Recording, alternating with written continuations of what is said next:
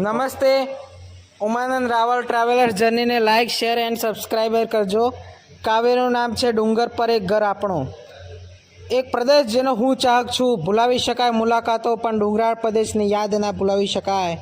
કોરવડના એક ડુંગર પર મેં બનાવ્યું છે એક ઘર. ઊંચા એવા ડુંગર પર ધુમ્મસને વાદળો સાથે મારી મિત્રતા ગાઢ થઈ ગઈ છે. પવન પણ પોતાના ઠંડા પવનોથી શિયાળામાં પૂછવા આવે કે ભૂલાવી દઈશ તને હું યાદ શિમલા અને સ્વિટ્ઝરલેન્ડની. ગરમીમાં તો મારા પર ગુસ્સો આવશે, પણ ચોમાસામાં વાદળ સાથે મિત્રતા કરી અમૃત વર્ષા કરીશ. માટીની સુગંધથી તને રાજી કરીશ. સાંભળ, હું તને મળવા હરેક ઋતુ આવીશ. હું દેખાતો નથી પણ મારો હોવાનો અહેસાસ હરેક ક્ષણ કરાવીશ. માટી સાથે મિત્રતા કરાવીશ. હું તને મળવા ધૂળની ડમરી બની તારી મુલાકાત જરૂરથી લઈશ.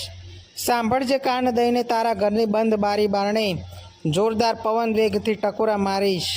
ખરેખર હું તને મળવા જરૂર આવીશ. વાદળો કહે સમુદ્રના પાણીને વરાળ બનાવી તારા ડુંગર પર વરસાદ વરસાવીશ. તારી જીવાદોરી લંબાવીશ. ખરેખર તને મળવા વર્ષમાં એકવાર વરસાદ સાથેની તારી મુલાકાત કરાવીશ. તારા ખેતરોને મીઠડા દૂધ દેતી તારી ગાયોના વધામણા હું જરૂરથી લઈશ. નદીઓ નીચે વહેશે તારી વાત હું નદી સાથે કરીશ.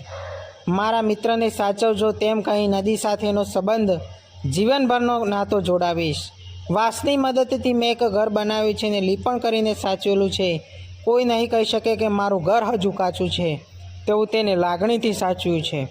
આવજો મારા વાદળો, પવનો ને નદીઓ, જીવનભરના ગાઢ મિત્રો, તમારી રાહ જોઈશ. મારા ડુંગર પર નાના ઘાસની ચાદર પાથરીશ. મારી વાલી એવી ગાયના મીઠડા દૂધના તને શિરામણ કરાવીશ. ખરેખર ચોક્કસથી આવજો.